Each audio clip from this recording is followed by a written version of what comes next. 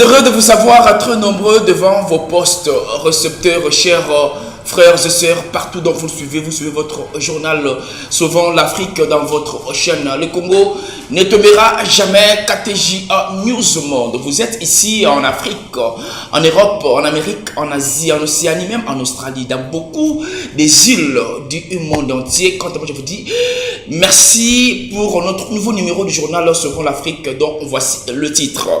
Le président français Emmanuel Macron séjourne ce dernier temps au Maroc pour visiter le roi marocain, juste visite diplomatique. On va se parler de la révision de la constitution en République démocratique du Congo. Les camps de l'ex-président Joseph Kabila Kabange s'opposent à ces projets de la révision de la constitution. On va aussi parler du Sénégal. Le gouvernement sénégalais sollicite un nouvel accord avec le Fonds monétaire international FMI en sigle. C'est tout pour le titre. Il faut encore soyez le bienvenu. Ouvrons notre journal de séjour en retenant que le président français Emmanuel Macron est allé visiter son homologue, le roi du Maroc, pour parler de la diplomatie nationale et internationale, souvent avec l'image des sénateurs de tête. Le président français est arrivé au Maroc lundi pour une visite d'État de 3 jours. Emmanuel Macron a rendez-vous avec les dirigeants du pays nord-africain pour des échanges sur des partenariats commerciaux, le changement climatique et l'immigration. Le chef de l'État français s'entretiendra avec le roi Mohamed VI et le Premier ministre Aziz Akanouche, puis il s'exprimera devant le Parlement marocain. Cette visite intervient quelques mois après que la France a clarifié sa position en faveur de la souveraineté du Maroc sur le Sahara occidental par une déclaration précédée d'investissements massifs. En 3 jours, Emmanuel Macron et le roi Mohamed VI entendent sceller leur réconciliation à Rabat. Le chef de l'État français arrive accompagné de 9 ministres, dont ceux de l'économie et de l'intérieur. Le Maroc est la première destination des investissements français en Afrique et la France la première partenaire commerciale du Maroc.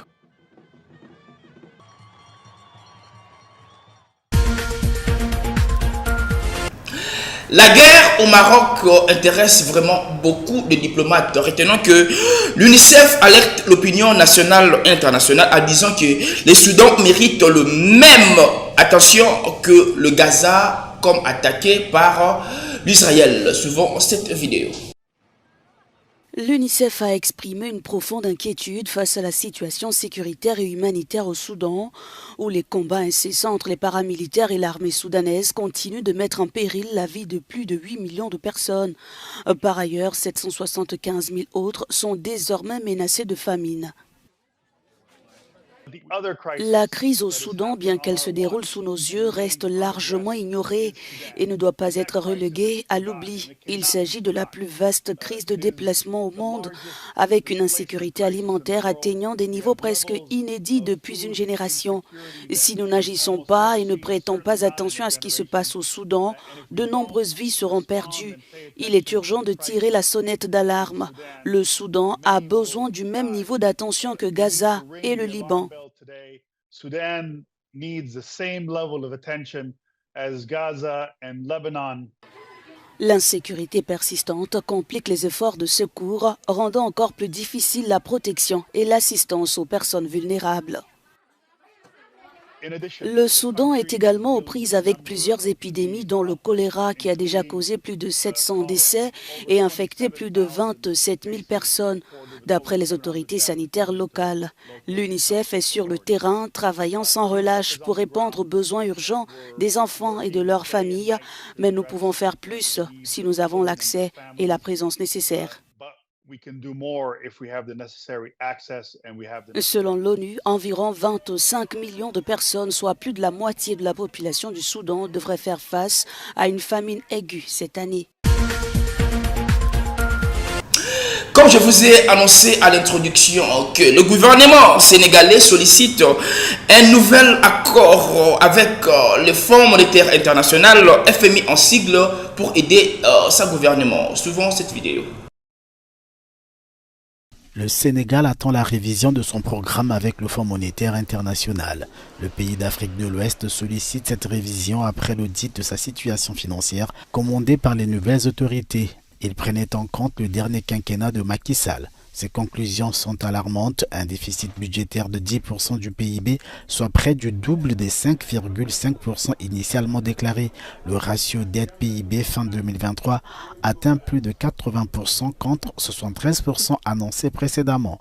Des données au rebours donc de celles prises en compte lors de la conclusion du programme d'aide de 1,8 milliard de dollars en 2023 entre Dakar et l'institution de Bretton Woods. Face à la nouvelle donne, les autorités jugent ce programme caduc, d'où sa suspension.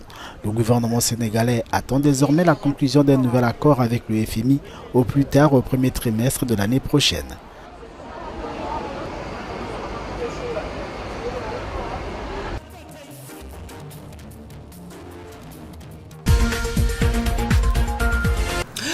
Parlons maintenant de la France-Afrique ou bien la politique occidentale. L'un des patriotes africains, Dassey Dimouté, nous interpelle vite sur cette chose qui se passe dans les continents africains souvent. Les États-Unis ont leurs problèmes sociaux. Vous regardez par exemple la question de la drogue, la délinquance. C'est une réalité. Les questions des gangs, c'est une réalité. La Chine a ses réalités sociales. Prenez aujourd'hui au Burkina Faso, il y a combien de lieux de fumoir de drogue à Ouagadougou? Vous prenez aujourd'hui les réseaux sociaux. Qu'est-ce qu'on ne voit pas à travers, par exemple, les femmes qui s'exposent? Voilà, chaque pays a ses... Prenez la France, où il y a beaucoup d'Africains. Il y a des coins de Paris, si on vous montre et on dit que ça là c'est Paris, mais quel média va aller montrer tout ça, où les migrants sont parqués, les gens sont là assis? Mais partout, en Europe comme en Amérique, il y a ce qu'on appelle les homeless. Les gens sans maison, sans domicile. Voilà les réalités sociales. Mais est-ce que ça là, on va dire que non, c'est parce qu'il n'y a pas la démocratie en Afrique on souffre? Non, la démocratie occidentale est en balbutiement parce qu'aujourd'hui l'Occident est à sa dernière valeur qu'elle veut imposer au monde et les gens refusent. Regardez le gouvernement français. Ce n'est pas moi qui l'ai dit. Ça a été un débat chez eux. Le gouvernement est fait des gens qui soutiennent la LGBT ou eux-mêmes sont LGBT. Et regardez les débats en France. Comment les gens parlent maintenant de ces questions de valeur. Combien de gens ont dit que l'Europe est en train de perdre? Pourquoi ils ont invité l'Église catholique au sommet du G7 ou bien c'était G20 là? Pourquoi ils ont invité le pape pour la première fois? Parce que l'Occident n'a plus de valeur. C'est sur la base des valeurs que l'Occident a conquis le monde. Donc, il faut avoir le courage intellectuel de dire, vu les faits, que la démocratie balbutie en Occident. C'est pourquoi, comme les autres pays sont en avance plus que nous les Noirs, la Russie a sanctifié Poutine. Et en disant les élections, voilà combien de temps ça va continuer. L'Allemagne a presque sanctifié Angela Merkel parce qu'ils ont compris qu'il faut un leader pour rester longtemps, pour stabiliser le pays. Vous prenez la Chine, ils ont sanctifié Xi Jinping. Combien de temps maintenant il va faire au pouvoir? Les Occidentaux crient non, parce que les gens... Au Rwanda aussi peut-être? Hein? Au Rwanda aussi peut-être? Mais au Rwanda, ça ne va pas bien aboutir parce que ce sont les Occidentaux qui savent ce qu'ils sont en train de faire. Un beau jour, vous allez mais c'est ce que vous dites. Il faut un pouvoir stable qui permet aux affaires d'avancer. Oui, mais il y a un problème. Le Rwanda a un problème avec le Congo. Il suffit qu'il y ait un patriote aujourd'hui au Congo qui se comporte comme Kagame. Si les deux pays rentrent en guerre, le Congo fait combien de millions d'habitants, combien de superficie et combien de richesses? Si le Congo doit se doter, le Rwanda, ils font la guerre, ils se détruisent en une journée. Voilà. Donc, voilà comment le monde fonctionne. Nous, on veut regarder ce que les autres font. Sinon, la démocratie balbutie. La France elle-même, depuis un certain moment, les présidents viennent, ils font un mandat et ils partent. Parlons maintenant du Mali. Retenons que le chef du syndicat des gardiens de la prison porté disparu après sa critique contre le gouvernement. Suivez cette vidéo. L'inquiétude au Mali à présent, où les proches du commandant Daouda Konaté disent être sans nouvelles de lui depuis vendredi. Le secrétaire général du syndicat des surveillants de prison, il a disparu ce jour-là. Alors, sa famille, comme ses collaborateurs, demandent aux autorités de faire la lumière sur cette affaire. Correspondance régionale, Serge Daniel. Le commandant Daouda Konaté a quitté vendredi à la mi-journée son lieu de travail, la maison centrale d'arrêt de Bamako. En partant, il a confié à 2 collègues qu'il se rendait à un rendez-vous sans plus de précision. Depuis, plus de nouvelles. Un de ses téléphones connus a sonné dans le vide jusqu'à ce samedi. Le second appareil est éteint. Quelques jours avant sa disparition, celui qui est également secrétaire général du syndicat des surveillants de prison du Mali a dénoncé les conditions de travail dans les maisons d'arrêt. Manque d'équipement, le commandant Daouda, dans une vidéo authentifiée, a également précisé qu'au Mali, dans des prisons, un surveillant doit s'occuper de 250 prisonniers. Il a également directement critiqué l'action du ministre malien de la Justice qu'il a qualifié d'homme qui ne connaît rien à l'administration pénitentiaire. Fin de citation.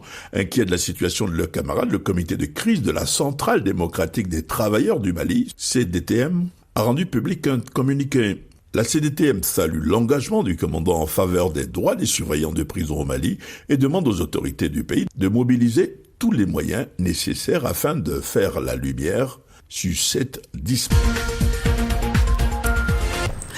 Ça fait couler d'encre et de salive ce grand problème du changement de la Constitution. Nous sommes en République démocratique du Congo.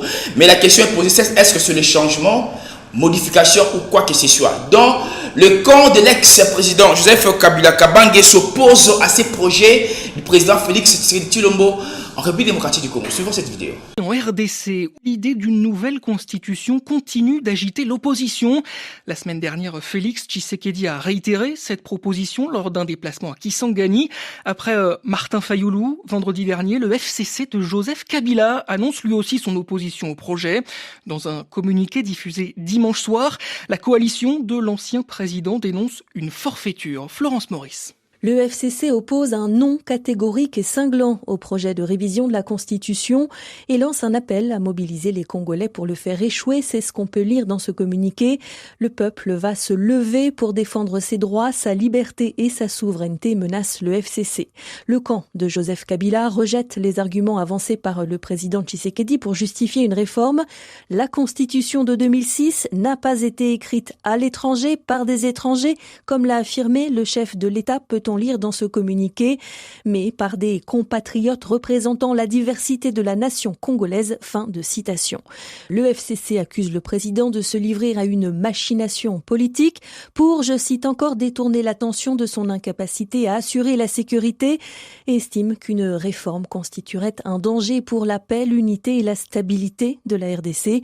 En 2015, le camp de Joseph Kabila, alors au pouvoir, avait tenté de modifier cette même constitution, mais avait dû y renoncer sous la... Parlons maintenant de la biodiversité. Retenons qu'une espèce d'arbre sur 3 menacée d'extinction. Souvent. Plus d'une espèce d'arbre sur 3 est en danger d'extinction dans le monde, selon un nouveau rapport de l'Union internationale de la conservation de la nature, UICN, en pleine COP16 sur la biodiversité en Colombie. L'organisme a publié lundi la liste des variétés menacées. Nous avons évalué le statut de la majorité des espèces d'arbres dans le monde, soit environ 47 000 espèces, et parmi elles, 1 sur 3, soit 38%, est menacé d'extinction. C'est une véritable préoccupation car les arbres sont une composante essentielle de la biodiversité mondiale et une grande partie de la biodiversité mondiale, y compris les êtres humains, dépendent entièrement des arbres pour leur subsistance, leur bien-être, leur nourriture, leur abri. De nos jours, le nombre d'espèces d'arbres en voie de disparition est 2 fois plus que celui des oiseaux, des mammifères, des reptiles et des amphibiens réunis, selon l'UICN. Il s'agit avant tout d'une question de climat. Notre climat change très rapidement. Et les arbres sont des organismes en croissance lente. Ils ont vraiment du mal à s'adapter aux changements très rapides des conditions climatiques. Aujourd'hui, par exemple, nous devrions être au début de l'hiver et il fait encore très chaud, ce qui commence à affecter les arbres. Cela prolonge la période de croissance. L'Amérique latine abrite la majorité des arbres de la planète, dont 25% sont menacés d'extinction, et l'Afrique, avec beaucoup moins d'arbres, voit 45% de ces espèces en danger de disparition.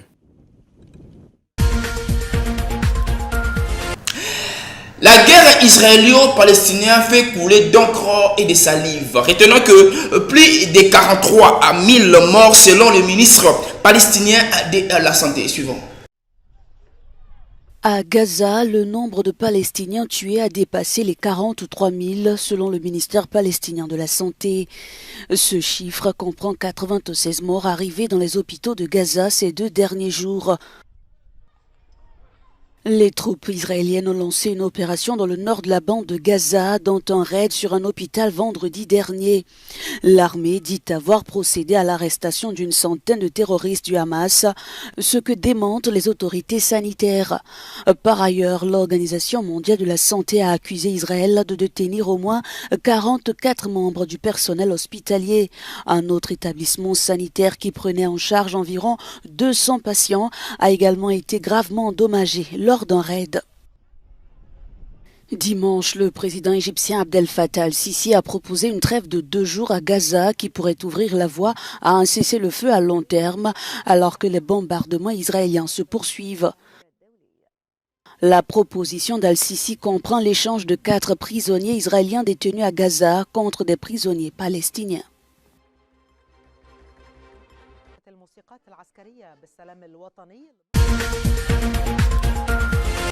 Parlons maintenant de la Turquie. La Turquie débute sa mission d'exploitation d'hydrocarbures en Somalie. Suivant. La Turquie entame sa mission d'exploration de pétrole et de gaz naturel dans les eaux territoriales de la Somalie. 3 zones offshore d'une superficie de 15 000 km² en tout seront forées par le navire de recherche Oryx Reis.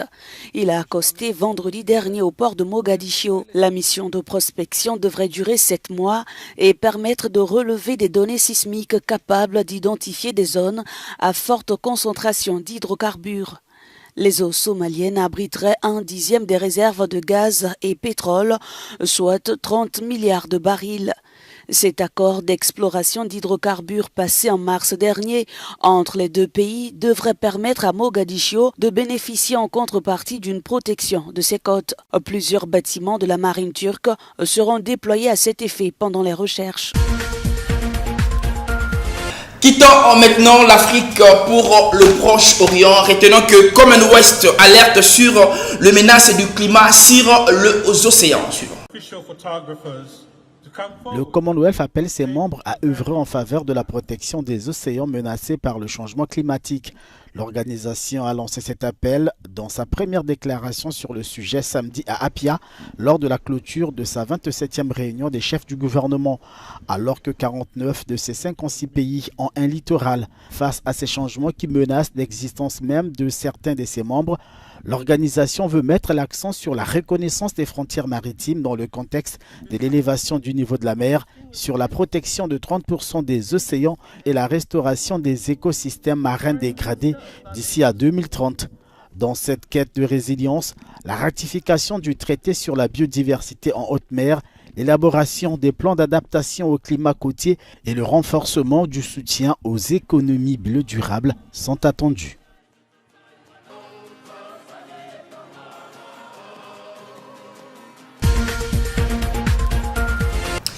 C'est par ces numéros que nous bouclons notre journal de séjour, mais avant tout, passons au rappel des titres.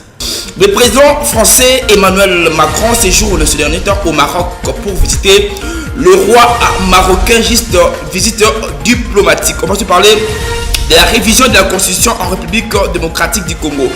Les camps de l'ex-président Joseph Kabila Kabange s'opposent à ces projets de la révision de la Constitution. On va aussi parler du Sénégal. Le gouvernement sénégalais sollicite un nouvel accord avec le Fonds monétaire international FMI en sigle. C'était là le rappel des titres. Merci pour votre réelle attention. C'est juste pour vous annoncer que nous sommes arrivés à la fin de notre journal de séjour. Merci, peuples africains, partout dont vous êtes. En Afrique, Maghreb, Afrique centrale, Afrique de l'Ouest, Afrique du Sud. Vous êtes en Europe, en Asie, en Amérique, en Océanie, en Australie. Il faut encore merci pour votre réelle attention. Mais je vous demanderai de visiter notre chaîne YouTube. Les Congo ne tombera jamais. KTJ News au monde. Merci à l'équipe technique. Je cite sénateur Lutété. Merci encore à notre secrétaire, à l'adjointe Déborah Ababaleka. Je vous dis merci. Retrouvons-nous au prochain numéro et aux prochaines éditions. Bye et merci.